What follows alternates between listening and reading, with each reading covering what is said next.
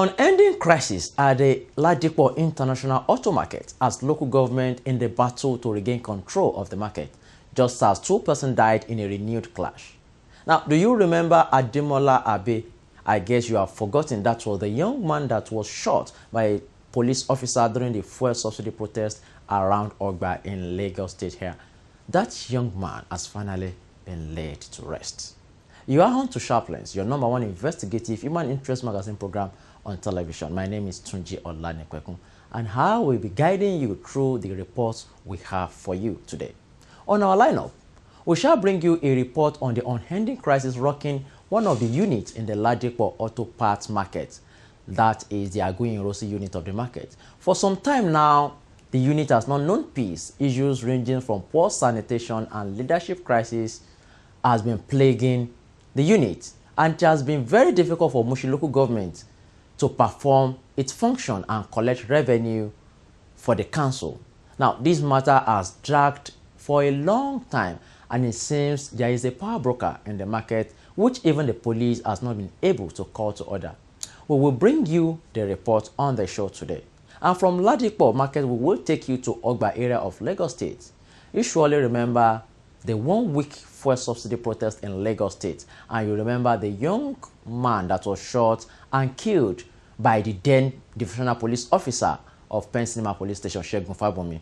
After more than 2 months in the morgue, now it is time to commit the remains of the man to Mother Earth. The burial ceremony was put together by Ifakoja local government.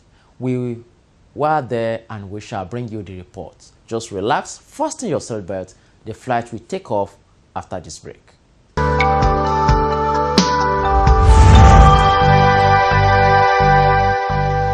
Welcome back. Let's start from Ladipo market, where the Aguiyi-Ironsi unit has been immersed in crisis for long.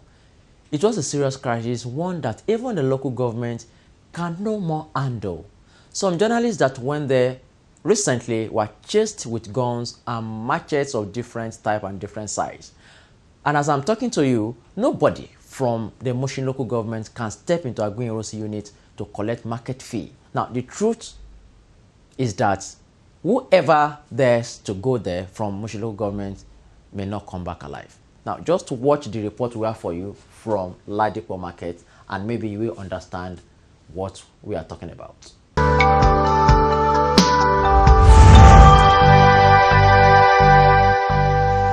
The crisis rocking the Aguiyi-Ironsi unit of the Ladipo spare parts market is far from settling down. For more than 5 months now, the market has been rolling from one crisis into another. It started with the environmental situation around the market area.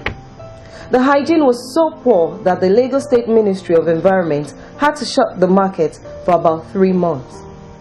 Several issues later came up, which ranges from insecurity of lives, leadership tussle, and inability of the local government controlling the area to collect its market fees from shop owners.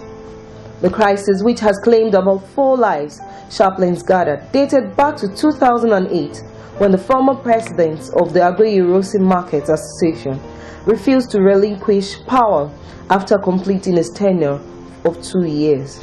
Over the years, the crisis have taken a dangerous dimension. The local government could no longer collect its revenue.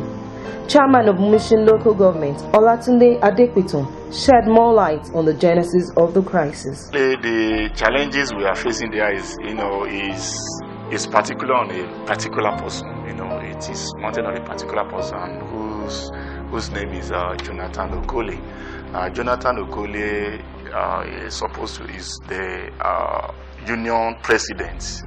He was the former union president. He attained the office in 2006 By election. And they have their constitution. The traders, he is a trader, and he is being elected as a union leader of the traders there. By their constitution, he was supposed to be there for 2 years. But when he attained the power, he used his power, being the president then, to come out with another constitution that he's going to spend, the chairman should spend 3 years. And that is the problem they have been solving since that time that they have not get solution to. So you can imagine from 2006, he has spent, it's okay, even if it is 3 years, he has spent the 2 years. And if he's saying 3 years, the 3 years is even over now. And up to now, he does not want to leave the place. He does not want the election to take place. Sharplenstv learned that the leadership crisis had led to different protests in the past, with traders in the Agui-Ironsi unit rejecting the leadership of one Jonathan Okoli. One of such was this protest in May 2011. Some of the traders had protested to Mushin local government to lay their complaint. Mr. Jonathan Okoli was elected to be in that market for 2 years, and instead of has elapsed since 2009, he said he's the president for life, that he's going to rule us for life as if he's Gaddafi.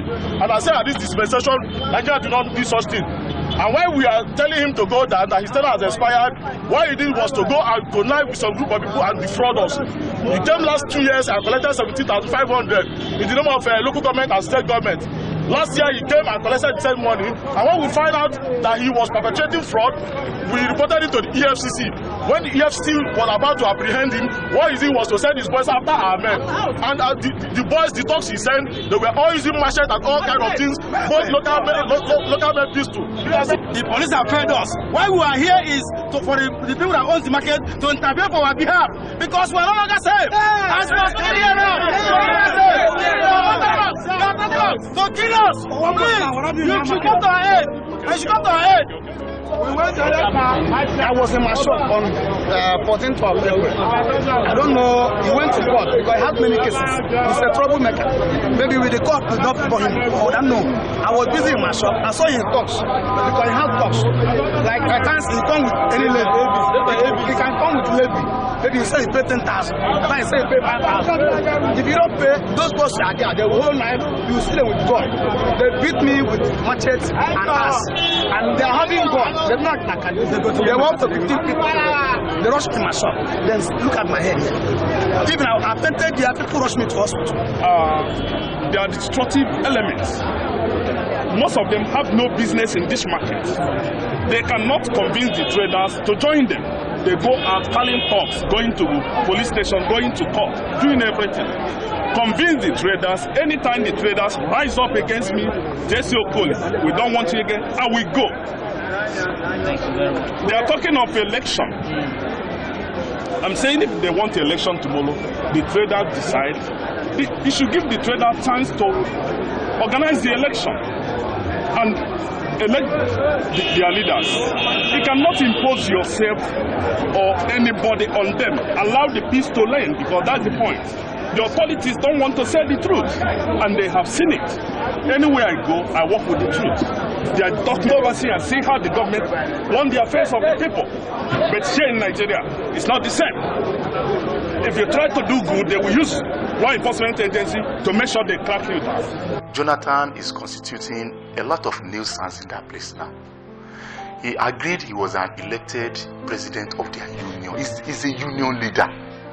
And as a union leader, that does not make you to have the power, to have the authority of managing and maintaining the market. That is the issue there. He is a union leader. There is nothing stop the traders having their union. For any organization, there must be a union, and they must have a union leader. There is difference between the union and the owner of a property. The threat to peace and lives of other citizens was one reason government, through the local council, intervened in 2011, but with no appreciable progress again in 2012. The chairman of the council visited to sue for peace, but despite the heavily armed security agencies that escorted the local government officials to the market, the situation degenerated. Minutes after the council boss left, pandemonium broke out. 2 people were killed and several others injured.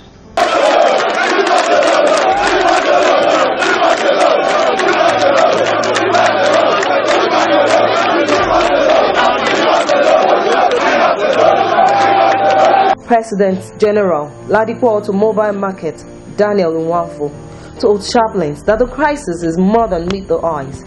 He said many atrocities are going on in the market, which government really need to check. Agui-Ironsi problem is a problem of its own. A unit, one of the units among the 32 units we have in Ladipo. Their case have become, it's just like a cancer. You understand? It has been over years and they leave it lingering. What they are looking is that one day you will wake up and see that more than 100 people died there. And government are taking it for granted. They knew, government know everything about it. That market was shut down for over 3 months. And it was opened last week. There's a power tussle going up over there. Anytime I will be outside, they will call me, or if I'm not in town, they will call me. They are fighting with machetes, with guns, with knives. And the worst part is the police are there, they are not doing anything. I don't know what they are policing. I have to tell you the truth. They will be there, they will not arrest all those people causing those havoc. They will be looking for innocent people. With the way things are going on now, we have to evolve the superior power. The state must come into it. He is an individual. As an individual, you cannot sit down there and say government is nothing. Jonathan is taking this issue as if there is no government. He doesn't believe that there is a government at all. You can imagine there was a time we have a reconciliation meeting in the office of the area commander. Okay, we are about to start the meeting. Let everybody sign that you are a member, you are part of this meeting. Jonathan refused to sign attendance book. I now told him, Jonathan, sign now. At least you are here. Are you not part of this meeting? He said he will not sign. And then I wanted to call the commissioner of police. You know what he told me? Jonathan said, Chairman, you can call whoever you like. I don't care. Then it means he has some godfather. He has some people he believes that are behind him, that are backing him. You can imagine if an individual is telling me that, Mr. Chairman, I don't mind whoever, you can call whoever you like, I will not sign. And I want to tell you, he did not sign that attendance that day. Till the end of the meeting, he did not sign. And the area commander was there. Obviously, the crisis in Ladipo market is beyond the capability of the local government, while the security agencies also seem handicapped in arresting those fomenting trouble in the market.